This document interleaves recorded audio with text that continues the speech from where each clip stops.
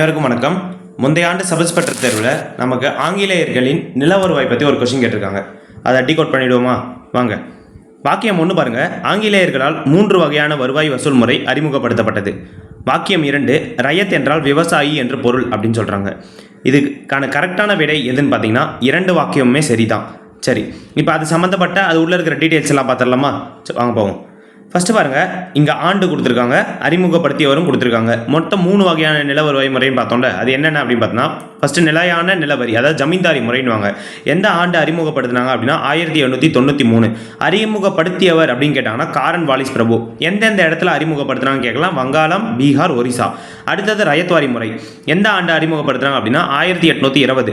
Thomas Munro அவர்கள் வந்து அறிமுகப்படுத்தியிருப்பாங்க. First சென்னையில், பிறகு பம்பாய் மற்றும் அசாம் பகுதிகளில் அறிமுகப்படுத்தியிருப்பாங்க. அடுத்தது மகால்வாரி முறை. இது 1822 நம்ம படிப்போம். இதை வந்து ஃபஸ்ட்டு அறிமுகப்படுத்தினது அப்படின்னு பார்த்தா ஹோல்ட் மெக்கன்சி பிரபு பண்ணியிருப்பாரு. அதை வந்து மேம்படுத்தி பிறகு யார் அறிமுகப்படுத்தியிருப்பாங்க அப்படின்னு பார்த்தா வில்லியம் பென்டிக் பிரபு 1833 அப்படின்னு அவர் அறிமுகப்படுத்தியிருப்பார்.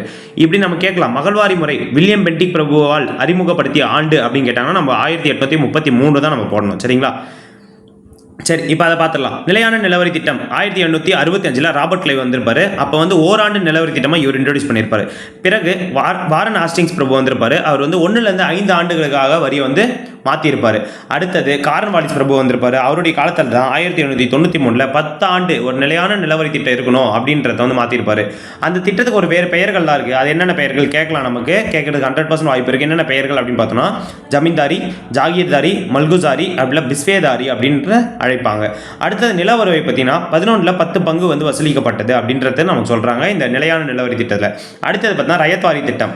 அறிமுகம் செய்தவர் அப்படின்னு கேட்டாங்கன்னா தாமஸ் முன்ரோ மற்றும் கேப்டன் ரீடோட உதவியால். இது ரொம்ப முக்கியம். 1820 ஆண்டு பிரிட்டிஷ் அரசாங்கம் வரியை நேரடியாக விவசாயிகளிடமிருந்தே பெற்றனர். இது ரொம்ப ரொம்ப முக்கியமானது. அடுத்தது ரயத் அப்படின்னா நமக்கு என்னன்னு கேட்கலாம். இப்போ அந்த கொஸ்டின் அதுதான் நம்ம கேட்டிருக்காங்க. ரயத்னா விவசாயி அப்படின்னு அர்த்தம். நெக்ஸ்ட், இந்த மெத்தடில் வசூலிக்கும் வருவாய் வந்து பார்த்தீங்கன்னா மண்ணின் தன்மையை பொறுத்து தான் அமைந்தது அப்படின்றாங்க. சரிங்களா? இதுக்கு ஒரு தியரி அவங்க ஃபாலோ பண்ணியிருக்காங்க. அதுதான் என்ன தியரினா scientific rent theory of Ricardo அப்படின்னு சொல்கிறாங்கப்பா. சரிங்களா? அடுத்தது மகால்வாரி முறை. ஓல்டு மெக்கன்சியின் சிந்தனை குழந்தைன்னு சொல்கிறாங்க. வங்காள மாகாணத்தின் வடமேற்கு பகுதியில் இன்ட்ரோடியூஸ் பண்ணியிருப்பாரு. நெக்ஸ்ட், மகால்வாரி முறையை வில்லியம் பென்டிக் சீர்திருத்தம் செய்யப்பட்டு எப்போ அறிமுகப்படுத்தினார்னா 1833. இதில் இருக்கிற அந்த வரியை யார் கலெக்ட் பண்ணுறாங்க அப்படின்னு பார்த்தா தலைவர் அப்படின்னா லம்பார்தார் அப்படின்னு ஒருத்தர் இருப்பார். அவர் மூலியமாக தான் வருவாய் வந்து வசூலிக்கப்பட்டு செலுத்தப்பட்டது அப்படின்றத நம்ம கொடுத்துருக்காங்க. மீண்டும் அடுத்த ஒரு ப்ரீவியஸ் இயர் கொஸ்டினில் சந்திக்கலாம். நன்றி, வணக்கம்.